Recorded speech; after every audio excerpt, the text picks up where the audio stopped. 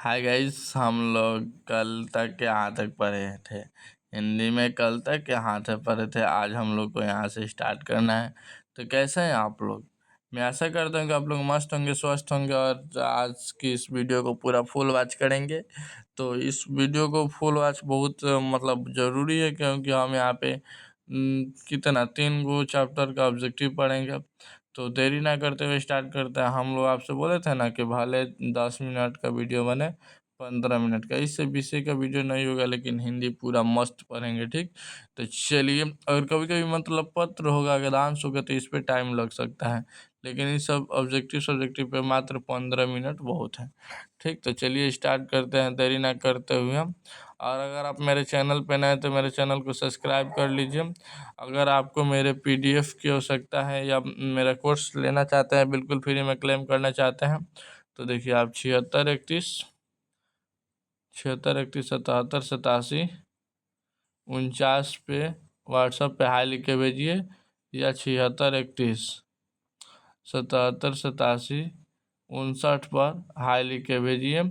और जैसे ही ग्रुप जाएगा वहाँ पे ज्वाइन हो जाइएगा। वो क्रैश कोर्स का ग्रुप है और क्या मतलब सुविधा उसमें दिया जाएगा। अगर पीडीएफ चाहिए तो पीडीएफ भी ले सकते हैं। ठीक, पीडीएफ ऐसे स्पेशल मान सकते हैं। चलिए स्टार्ट करते हैं देरी न करते हुए। हम लोग कौन सी नाखून क्यों बढ़ता है, यही हमको स्टार्ट करना है। नाखून क्यों बढ़ते हैं, यह पाठ की कौन सी विधा है? ललित निबंध, क्योंकि इसमें बात करना है एक पुत्री और एक पिता को। नाखून क्यों बढ़ते हैं पाठ के लेखक कौन है? हजारी प्रसाद द्विवेदी। हजारी प्रसाद द्विवेदी का जन्म कब हुआ था? 1907 में। हजारी प्रसाद द्विवेदी का जन्म कहाँ हुआ था? छपरा बलिया उत्तर प्रदेश में।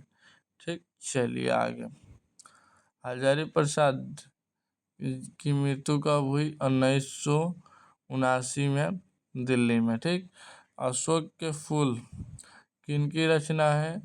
हजारी प्रसाद द्विवेदी की। आलोक पर्व किनकी रचना है? हजारी प्रसाद द्विवेदी की। वर्ण भट्ट की आत्मकथा किनकी रचना है? हजारी प्रसाद द्विवेदी की। ठीक, चलिए आगे देखिए। किस रचना पर हजारी प्रसाद द्विवेदी को साहित्य आर्य पुरस्कार मिला? आलोक पर्व पर। बढ़ते नाखून को हमें किसकी याद दिलाते हैं? प्रसववृत्ति की। क्या? प्रसववृत्ति की। नाखून क्यों बढ़ते हैं, यह प्रश्न लेखक के सामने किसने पूछा था? उनकी छोटी लड़की ने। नाखून क्यों बढ़ते हैं, यह निबंध किस ग्रंथ से लिया गया है? द्विवेदी ग्रंथावली से। चलिए आगे।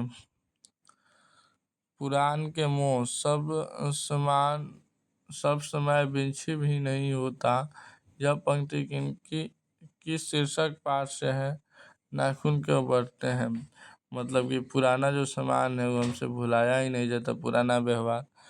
किस देश के लोग बड़े बड़े नाखून रखना पसंद करते हैं? गौड़ देश के लोग। ठीक, वहाँ पे बहुत नाखून को मतलब कि पूजा जाता है। आनंददास का पोथा उपन्यास किस लेखक की कृति है? हजारी प्रसाद द्विवेदी की। हजारी प्रसाद द्विवेदी देखिए क्या है यहाँ पे। हजारी प्रसाद द्विवेदी ने निर्जल अपराधी किसे कहा है? नाखून को कहा है। ठीक, अब देखिए आगे। किसने कहा था कि सब पुराने अच्छे नहीं होते, सब नए खराब नहीं होते? कालिदास। दहीची मुनि के हड्डी से क्या बना? इंद्र का वज्र। इंद्र का वज्र किससे बना है? दहीची मुनि के हड्डी से। शरीर प्रसाद द्विवेदी द्वारा रचित पाठ कौन सा है? नाखून क्यों बढ़ते हैं। सहजात वृत्ति किसे कहते हैं? अनजान स्मृति को। चलिए आगे चलते हैं। नाखून का बढ़ना किसका परिमाण है? मनुष्यों की अंध सहजात वृत्ति की। चलिए यहाँ पे हम आ गए हैं नागरी लिपि पे, क्योंकि हमारा वो नाखून वाला चैप्टर खत्म हो गया था। चलिए नागरी लिपि में स्टार्ट करते हैं। नागरी लिपि पाठ की कौन सी विधा है? निबंध है। नागरी लिपि पाठ के लेखक कौन है? गुरुनानक मूल्य। गुरुनानक मूल्य का जन्म कब हुआ था? 1935 में। गुरुनानक मूल्य का जन्म कहाँ हुआ था? अमरावली, महाराष्ट्र में। अब चलिए, कब हुआ था? गुरुनानक मूल्य का निधन कब हुआ? 2009 में। तत्काल में ही मरे हैं। खगोल विज्ञान, अंतरिक्ष विज्ञान का इतिहास इत्यादि किनकी रचना है? गुरुनानक मूल्य की।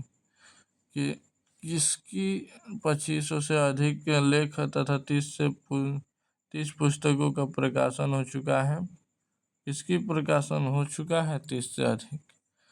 कौन है वो है, अभी अभी नाम आप सुने, गुरुनानक मूल्य है। क्या कौन है जिनकी 2700 अधिक से कविता और 30 से अधिक पुस्तकों क्या हो चुकी है? छपाई हो चुकी है। ठीक। अक्षरों की कहानी किनकी रचना है? गुरुनानक मूल्य की। प्राचीन भारत के महान वैज्ञानिक किनकी रचना है? गुरुनानक मूल्य। मेंडलीफ महान वैज्ञानिक, सौर मंडल, सूर्य, नक्षत्र लोक, भारतीय लिपि की कहानी, अंतरिक्ष यात्रा, ब्रह्मांड परिचय इत्यादि किनकी रचना है? गुरुनानक मूल्य के। लेकिन बहुत मस्त राइटर है, बहुत कुछ कुछ लिखे हैं। नागरी लिपि पाठ के गुरुनानक मूल्य की किस पुस्तक से ली गई है? भारतीय लिपि की कहानी से। देवनागरी लिपि के प्रारंभिक लेख कहाँ से प्राप्त होते हैं? दक्षिण भारत से। अब आ गया है यहाँ पे वेट, क्या है ना कि हम वेबसाइट का लिंक लगा है, जैसा ही टिपते हैं, इस पे टिपिएगा ना, इस पे अभी तो चले जाइएगा मेरे चैनल में। अगर फोटोग्राफ पे सबसे ऊपरला पे क्लिक जब पर फर्स्ट नंबर पेज पे, तो व्हाट्सअप चैनल पे जाइएगा। अभी सब जितना पेज है ना, इस सब पे क्लिक कीजिएगा तो मेरे यूट्यूब चैनल में जाएगा। ठीक, देखिए इधर हम कहाँ थे। देवनागरी लिपि का प्रारंभिक लेख तो हो गया था। हिंदी तथा इसकी विविध बोलियां किस भाषा में बोली जाती हैं? देवनागरी लिपि में। 15वीं सदी के विजय नगर के शासकों ने अपने लेखों के लिए किस लिपि का प्रयोग किया? नंदी नागरी। दोहा कोश किनकी रचना है? सरहदपाद। किनकी रचना है? सरहदपाद की। चलिए आगे। रामायण की रचना कर किस भाषा में हुई? संस्कृत। मतलब रचना किस भाषा में? रचना करना, रचना। तमिल, मलयालम, तेलुगु कन्नड़ भाषाएं हैं दक्षिण भारत की। हिंदी के आदि कवि हैं सरहदपाद। नागरिक लिपि के लेखक कब और कब से मिलने लगे? 9वीं सदी से।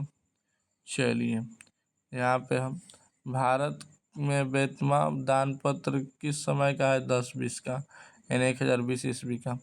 विजयनगर के शासकों के लेख किस लिपि में है?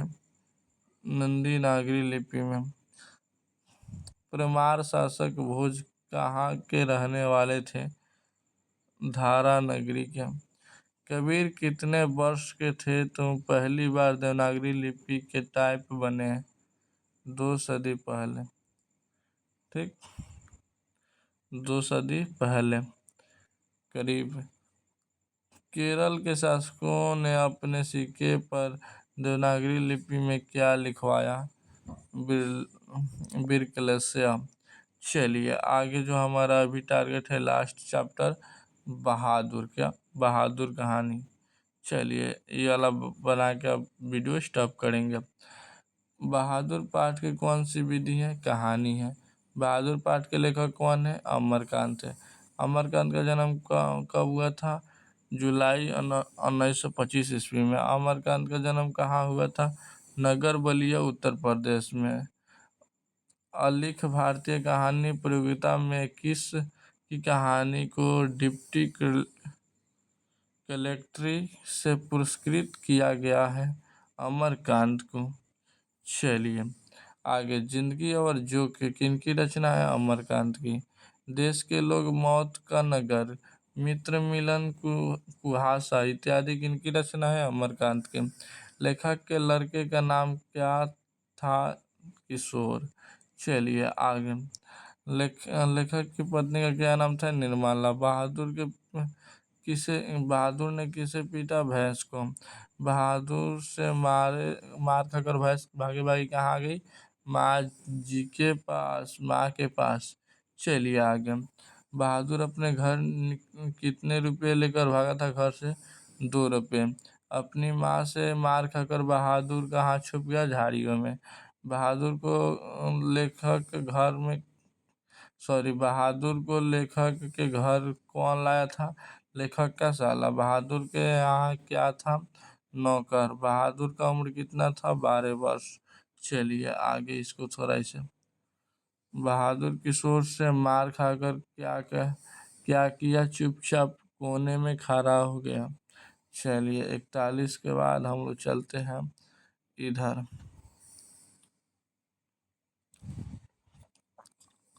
42 पे। 42 से पहले इसको हमको हटाना है। चलिए अब हम लोग आ चुके हैं।